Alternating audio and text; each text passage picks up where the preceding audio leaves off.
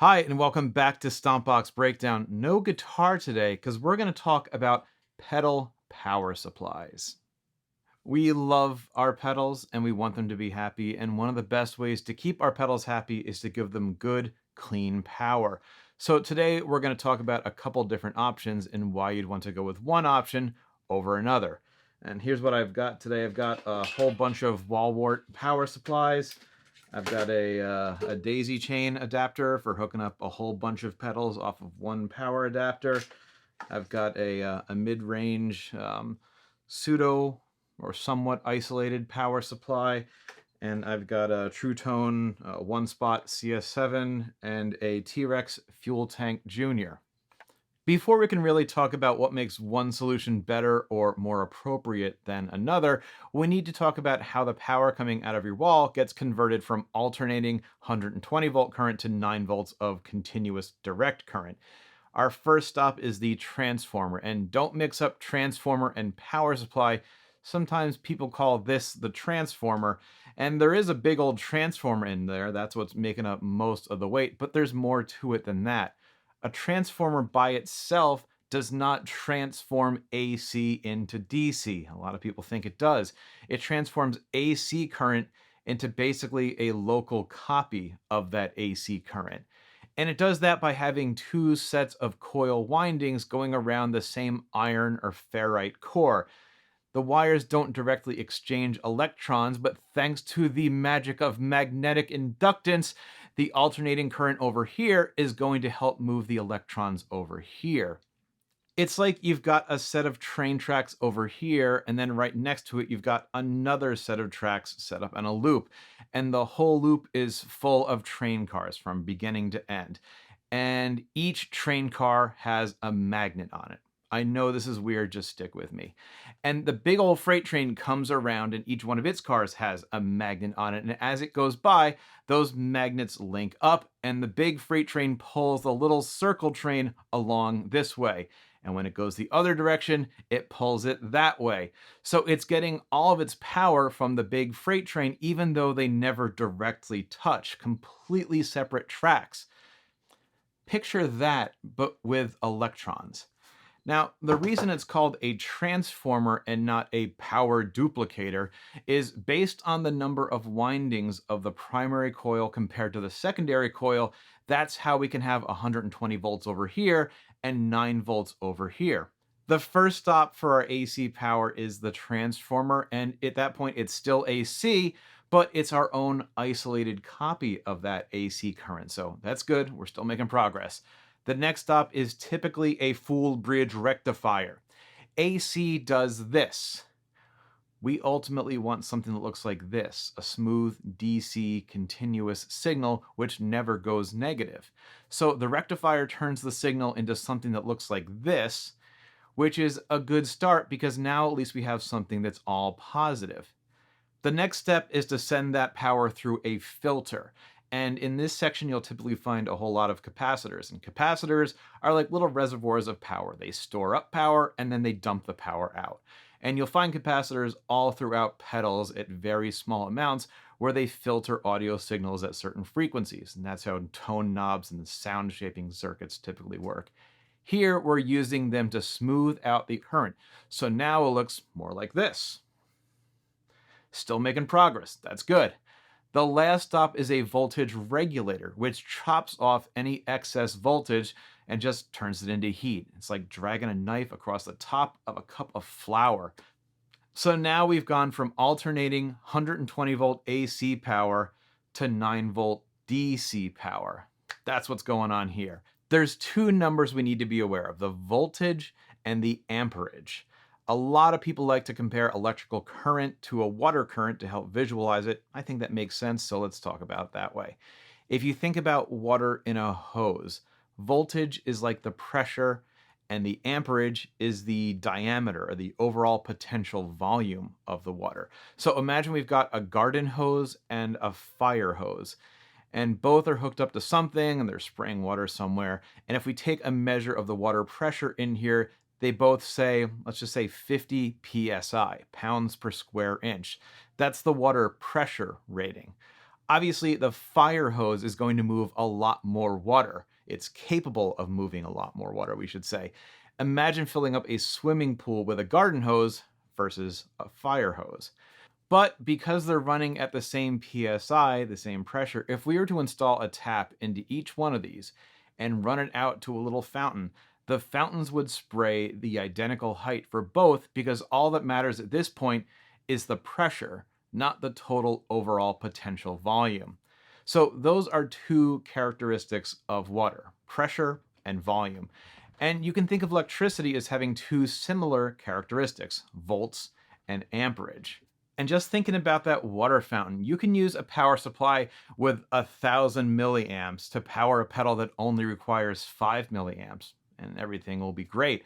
However, if you have a pedal that takes 9 volts and you plug in a 12 volt or an 18 volt or a 24 volt power supply, you might get some smoke coming out of it. So be extra careful when plugging in your pedals. It'd be like supplying 100 psi to that fountain when it was built with a water pressure of 50 psi in mind. And make sure you don't accidentally use an 18 volt power supply on a 9 volt pedal. It might work, but it might not work very well, and it might not work for very long. Also, be aware of the plug orientation. Most musical instrument power supplies are center negative, outer positive. So you want to see a symbol that looks like this. If you buy some other electronic device that takes 9 volts and has a power supply, you might want to label it to make sure you don't accidentally plug it into a pedal and potentially do something bad with it. So how do we know what a pedal needs for power, and how do we know how much power a power supply puts out? Well, if you look at pretty much every power supply, it's going to say on the label, unless somebody covered it up or ripped it off. And if you want to know what kind of power a pedal needs, some of them are going to say right on it. Others, you're going to have to look up the manual. Typically, fuzz pedals, distortion, and simple analog effects draw very little power, and digital effects draw a lot more.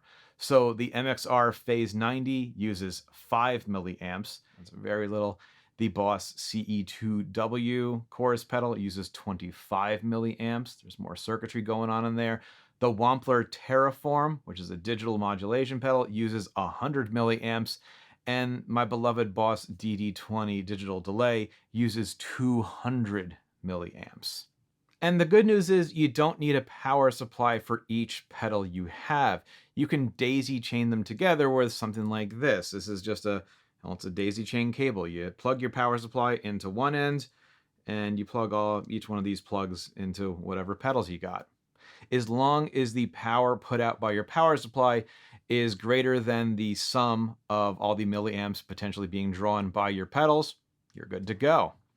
And by the way, when you see a pedal with 2 plugs on it like this, all it's doing is providing a courtesy plug. So you can plug the power supply directly into that pedal and go daisy chaining out of there. It's logically the same as using a daisy chain cable. It's not doing anything super special in there. And you'll see this on most tuners and a few of the Boss utility pedals like the LS2 and NS2. The problem is all the pedals now are sharing the same positive and negative, and some pedals kick off a lot of electrical noise and interference.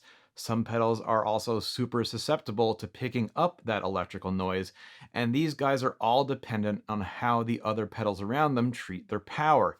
It's like having roommates.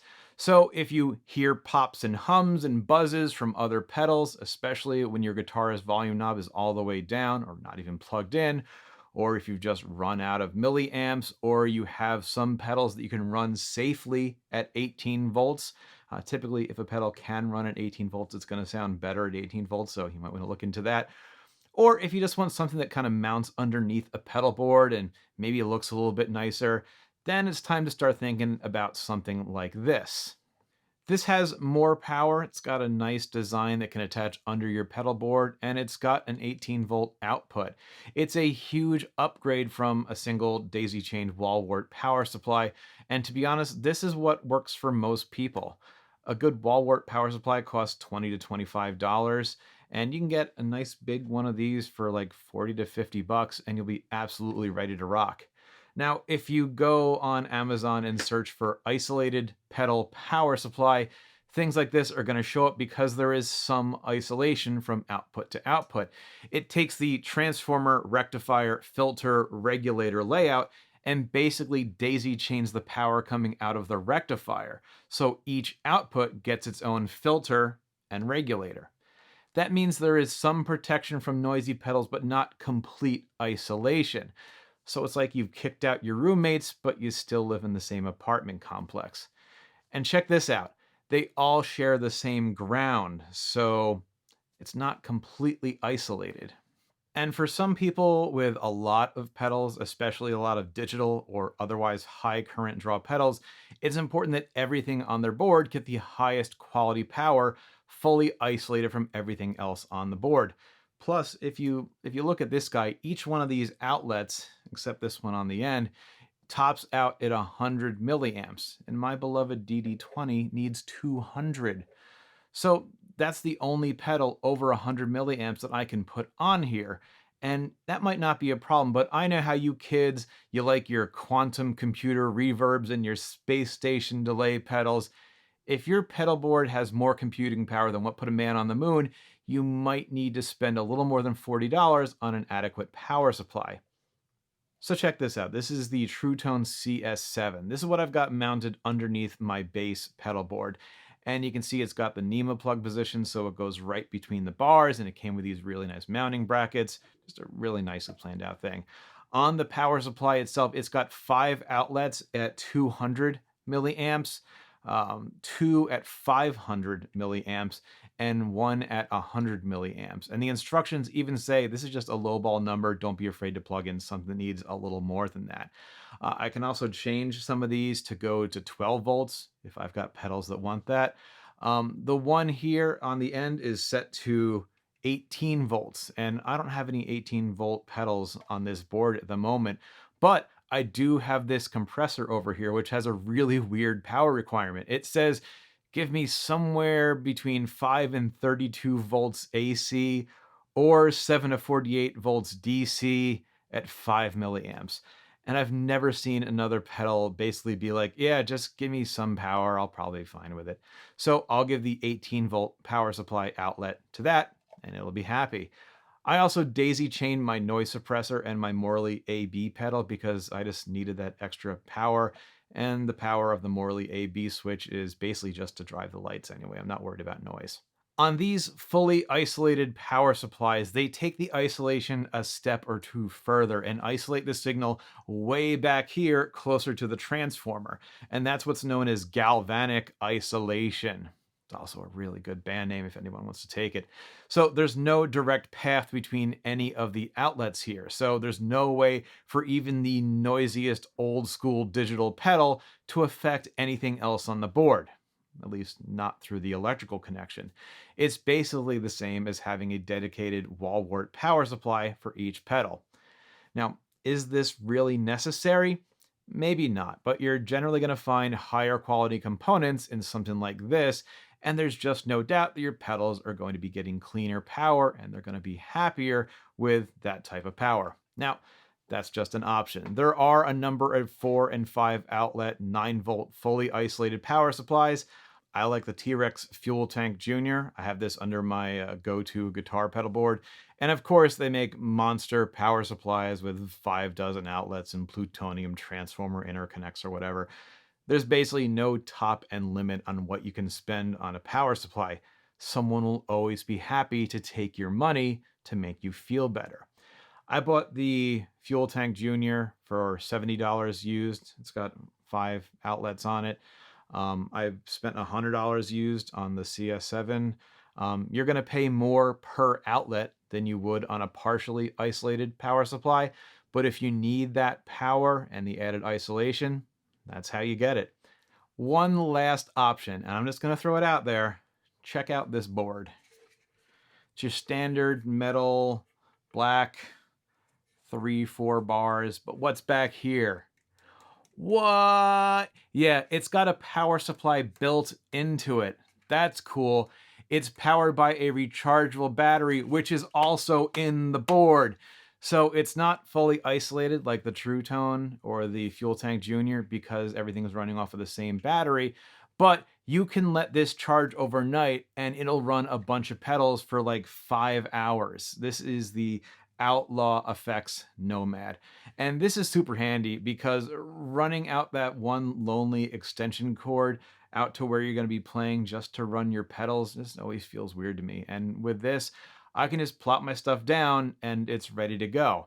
I know Pedal Train has a battery pack. I think Ernie Ball has a standalone unit as well. This is an absolute game changer as long as you remember to keep your batteries charged. But even if you don't, you can still charge it while you're using it, so you're not really out anything. I really hope this helps, and I fully realize how boring the idea of a YouTube video about power supplies sounds, and it's just my hope that you found this hopefully somewhat educational and maybe even a little bit entertaining. I think that we all make smarter purchases when we know exactly what the differences are. If you like the video, please subscribe, it helps me a lot, and I will see you on the next Stompbox Power Supply Breakdown.